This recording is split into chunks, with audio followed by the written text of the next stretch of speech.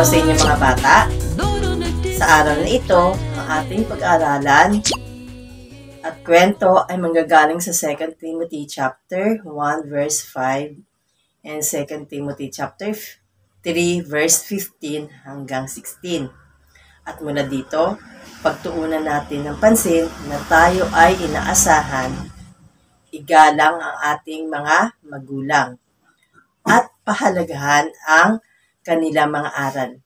At para naman sa talata na ating kakabisaduhin, ito ay magmumula sa Proverbs chapter 6 verse 20. Panghuli, para sa mga layunin ng ating aralin, gagawin natin ang mga sumusunod. Una, sabihin kung paano igalang ni Timothy ang turo ng kanyang ina at lola. Pangalawa, ipakita ang pagtanggap sa otoridad ng ating mga magulang sa atin. Pangatlo, gumawa ng pangako na ipakita ang respeto sa ating mga magulang. God created, oh God created, God created, oh God created, God created. Magandang hapon sa inyo mga bata. Tayo naman ngayon ay aawit muna para sa ating Panginoon. Ang ating aawitin sa araw na ito ay The Joy of the Lord is My Strength. Mga bata, ako muna aawit at mag-a-action na, at sa pangalawang ulit, tayo ay sabay-sabay ng aawit at mag-a-action. Sige mga bata. The joy of the Lord is my strength. The joy of the Lord is my strength. The joy of the Lord is my strength. And the joy of the Lord is my strength. He keeps me living water and I thirst no more. He keeps me living water and I thirst no more. He keeps me living water and I thirst no more. And the joy of the Lord is my strength. Ayan mga bata, tayo sabay-sabay ng umawit at mag-action na. Ready? Sing! The joy of the Lord is my strength. The joy of the Lord is my strength. The joy of the Lord is my strength. And the joy of the Lord is my strength. He keeps me living water and I thirst no more. He keeps me living water and I thirst no more. He keeps me living water and I thirst no more. And the joy of the Lord is my strength. God created, oh God created, God created, oh God created, God created. Ayan, sige mga bata, bago tayo magsimula, tayo muna ay mag-umpisa sa panalangin. Tayo yumuko, tayo pumikit. Tayo po ay manalangin. Ama naming Diyos, makapangyarihan sa lahat. Panginoon, pinupuri ka po namin, pinapasalamatan, dinadakila ang inyong pong pangalan sa mga oras po na ito, Lord. Lord, marami pong salamat sa pagkakataon muli na kami po ay inyong tinipon-tipon upang mag-aral ng inyong pong salita. Lord, dalangin po namin sa mensahe na aming pong papakinggan. Bigyan mo po kami, Lord, ng bukas na puso at isipan. Bigyan mo kami, Lord, ng katalinuhan. Ganon din po ang magbibigay po ng inyong pong salita, Panginoon. Bigyan niyo siya, Lord, ng wisdom at talino na maihayag po ang inyong pong salita sa mga batang makikinig. Sa amin pong patuloy na gagawin, Panginoon, kayo po ang aming pong tinataas. Kayo po ang manguna sa amin pong gagawin. In Jesus' name we pray. Amen. God created, oh God created, God created, oh God created, God created. Sa araw na ito at sa mga susunod na linggo, matututunan natin na tayo ay ang tagapangasiwa ng ating pamilya at kaibigan. Ang pamilya ay isang grupo ng mga tao na malapit sa bawat isa sa pamamagitan ng dugo o kasal. Alam mo ba ang bawat miyembro ng isang pamilya? Tama! Ang pamilya ay binubuo ng tatay, nanay, at anak. Kung mayroong isa pang anak maliban sa isa, maaaring mayroon kayong kuya o ate at sanggol. Pagminsan, ang pamilya ay binubuo lamang ng isang magulang at ang kanyang mga anak. Sa ibang pagkakataon, ang pamilya ay maaaring may mga lolo at lola mga tita at tito, at ang kanilang mga apo at ang kanilang mga pamangkin na mga babae, mga lalaki na nakatira sa kanila. Sila ay binubuo ng pamilya hanggat sila ay malapit na magkakamag-anak. Ang isang kaibigan ay isang tao na malapit sa atin sa pamamagitan ng damdamin o pagmamahal. Isang tao na magiliw sa atin na hindi nauugnay sa atin sa pamamagitan ng dugo. Ang pamilya at kaibigan ay mga taong masaya nating kasama. Sana tayong lahat maging matalik na magkakaibigan at masiyahan sa mga oras na tayo ay magkasama habang pinag-uusapan ang paksang ito. Mga bata, ang ating kwento sa araw na ito ay base sa 2 Timothy chapter 1 verse 5, chapter 3 verses 15 to 16. Si Timothy ay isang bata na may tatay na Grego at ang kanyang nanay ay Jewish. Ang mga Greeks ay naniniwala sa mga huwad na Diyos. Subalit, kahit na ang kanyang tatay ay Greek, si Timothy ay lumaki na alam ang tunay na Diyos ng mga Jews o Hudyo. Ang kanyang nanay na si Eunice at ang lola na si Lois ay tinuruan siya na basahin ang banal na kasulatan, ang Biblia. Kaya, natutunan niya ang katotohanan tungkol sa Diyos mula sa Biblia. Ang banal na kasulatan ay nilalahad ang kwento kung paano ginawa ng Diyos ang mundo at ang lahat ng mga bagay na nandito. Sinasabi nito ang kanyang makapangyarihang gawa, kung paano niya niligtas at prinotektahan ang kanyang mga tao, ang Israel. Sinasabi din ng Biblia kung paano napangangalagaan ang mga Hudyo laban sa mga masasamang plano mula sa mga kaaway na bansa. Ang mga bansang ito ay nais na wasakin ang buong lipi ng Israel. Subalit, hindi pinayagan ng Diyos na sila ay magtagumpay. Hindi natutunan ni Timothy ang katotohanan tungkol sa Diyos mula sa kanyang pagbabasa lamang.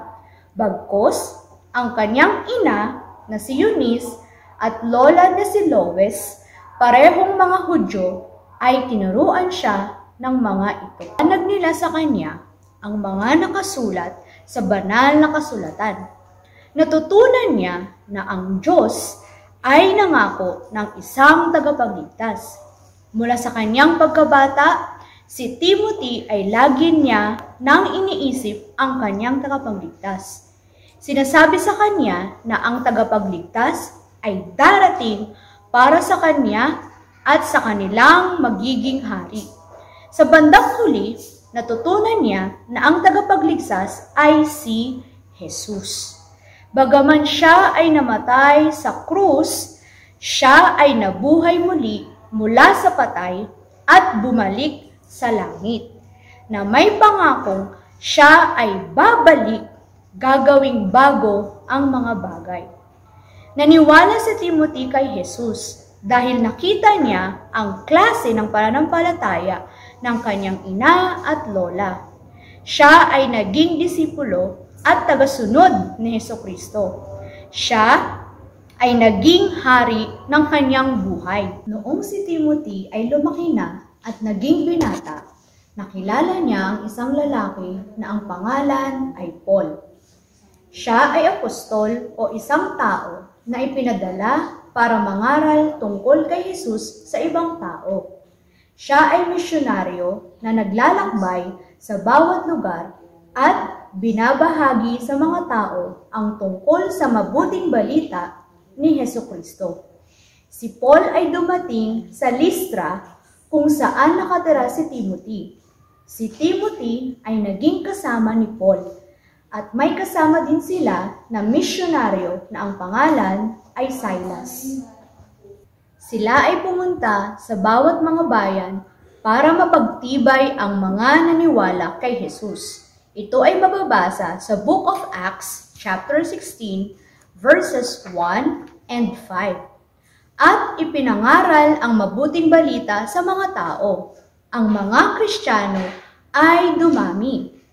Hindi lamang ang mga Hudyo ang naniwala kay Jesus, subalit pati na rin ang ibang mga bansa dahil kay Paul, Silas, Timothy at ang ibang mga Kristiyano na palaging nagsasabi ng katotohanan tungkol sa kanilang hari. Pagkatapos ng maraming taon, si Timothy ay naging isang batang pastor. Siya ay binigyan ng responsibilidad na alagaan ang simbahan ng Diyos. Si Paul ay nagsulat ng 2 liham sa kanya at ipagkatiwala sa kanya na protektahan ang simbahan mula sa mga huwad na mga tagapagturo. Pinagkatiwalaan niya si Timothy na gawin ang tungkulin. Alam niya na si Timothy ay matapat mula nang siya ay bata pa lamang dahil sa mga turo ng kanyang ina at lola. Sinabi ni Paul sa kanyang mga liham na huwag mahiyang sabihin sa iba ang tungkol kay Jesus. Sinabi niya rin kay Timothy na ipagpatuloy na magturo at isanay ang ibang mga Kristiyano na ganun din ang gawin.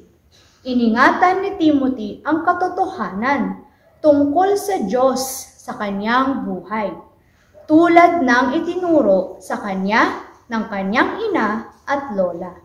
Ginawa siya nito na hindi lamang dahil siya ay matatag na Kristiyano, ngunit isang pastor na di na naglingkod sa simbahan ni Hesukristo.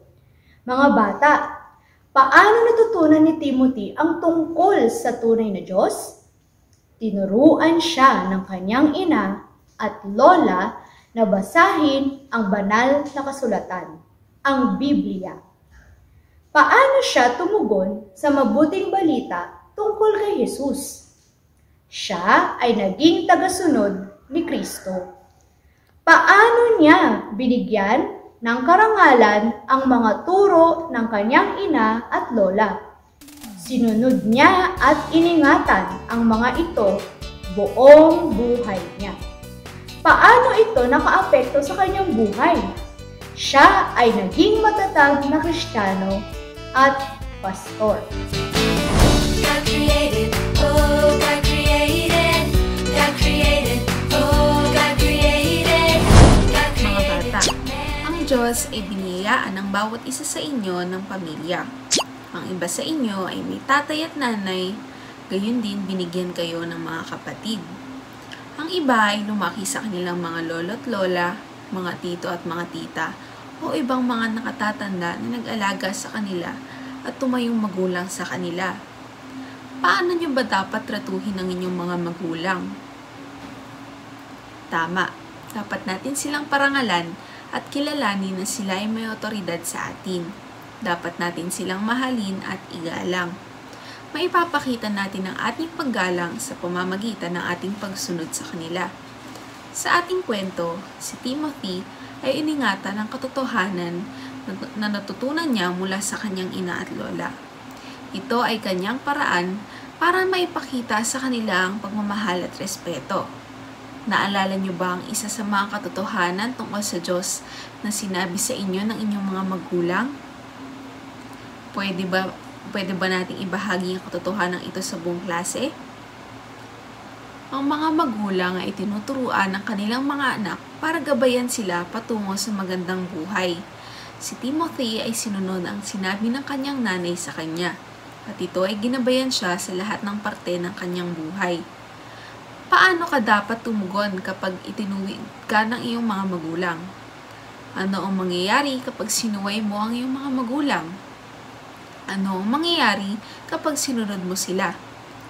Napakaraming mga bata ngayon na isinasantabi ang payo ng kanilang mga magulang. Sila ay mas nag-aalala kung ano ang makakapagpasaya sa kanila. Pero, ano ang mangyayari kung ang gagawin lang ng mga bata ito ang gusto nilang gawin? Tulad ng masyadong maraming oras sa paglalaro ng sa computer, hindi pumapasok sa eskwela, hindi nag-aaral ng mabuti, lumalabas kasama ang mga kaibigan ng hindi nagpapaalam, umiiwas sa mga gawain at responsibilidad ng gawaing bahay, at pagpapakita ng hindi pagrespeto sa magulang. Ano kaya ang mangyayari sa mga batang gumagawa ng mga bagay na ito? Tama, dahil sa pagsuway sa magulang, maraming mga bata ang magdurusa at saktan ang kanilang sarili. Ikaw, nakikinig ka ba sa payo ng iyong mga magulang? Naniniwala ka ba ang tanging nais nila ang pinakamabuti para sa iyo?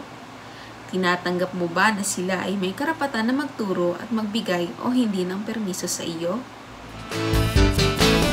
God created, oh God created, God created, oh God created, God created. Mga bata, paano nyo may papakita ang respeto sa inyong mga magulang at ang kahalagahan ng kanilang mga turo?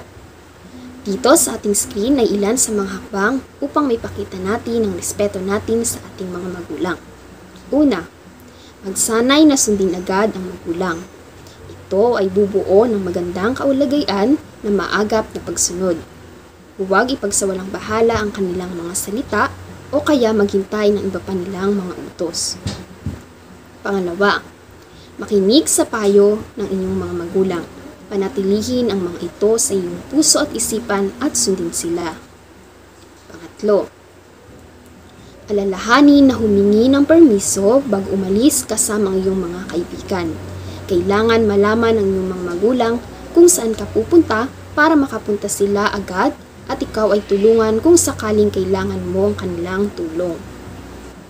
Pang-apat, iwasang magtampo at mayamot kapag hindi ka pinayagan. Ang iyong mga magulang ay ginagawa ang kanilang makakaya para ikaw ay protektahan.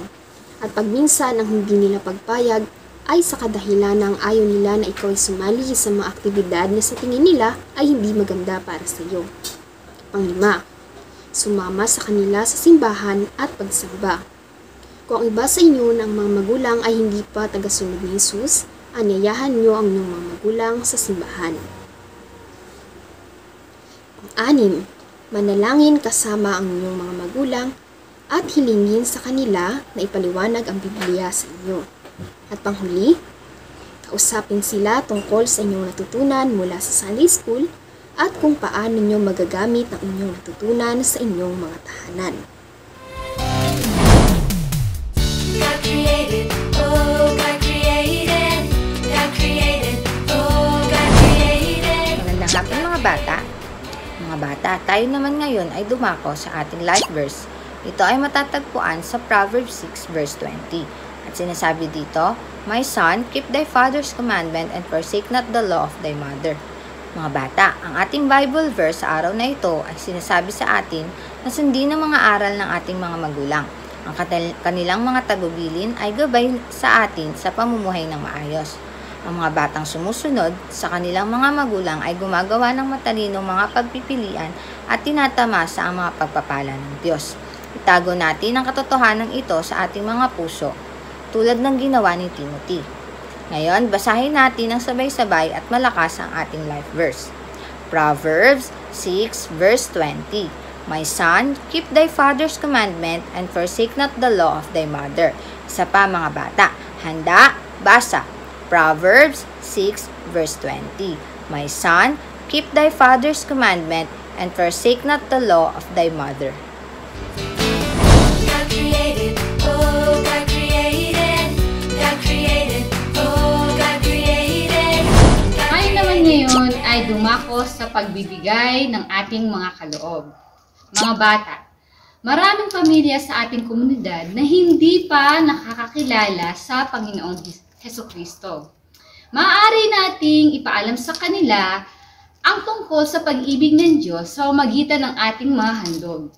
Tayo ay magbigay ng magamit ng ating simbahan ang mga regalong ito sa pag-abot sa mga pamilya sa ating komunidad. Habang nilalagay natin ang ating kaloob sa offering box, tayo ay kumanta ng I'm giving because I love Jesus. I'm giving because I love Jesus. I'm giving because I love Him. Ngayon naman, tayo ay yumuko at pumikit para sa panalangin. Panginoon naming Diyos, makapangyarihan sa lahat, marami pong salamat pong muli, Panginoon, sa araw na ito, sa oras po ng aming pagkakaloob. Patuloy po, Panginoon, na pagpalain mo po, Panginoon, ang mga kaloob na ibinigay ng mga bata at dalangin po namin, Panginoon, na ito po ay magamit sa inyong pong gawain, sa mga misyon na sinusuportahan ng aming pong simbahan at upang pong ibahagi po ang inyong pong mabuting balita sa mga tao na hindi po nakakakilala. Maraming pong salamat. I-bless niyo po sila, pati ang kanilang pamilya. Sa pangalan ni Jesus, Amen. God created, oh God created, God created, oh God created. Ngayon mga bata, sa ating pagtatapos, tayo magwawakas sa isang panalangin. Iyuko natin ang ating mga ulo at ipikit ang ating mga mata. Dakilang Diyos, amang nasa langit, marami pong salamat sa hapong ito. Salamat, Panginoon, sa oras na ibinigay niyo sa amin. At muli, marami po kami natutunan, Panginoon. Sa buhay nga po ni Timothy, Panginoon, na binigay niyo bilang halimbawa, Panginoon, sa amin. Panginoon, nawa tulad ni Timothy, kami po ay matuto, Panginoon, na irespeto ang aming mga magulang, Panginoon, at sila ay parangalan sa pamamagitan ng aming pagsunod sa kanila at pagtago ng mga mabubuting aral, Panginoon, mula sa inyong salita sa aming mga puso.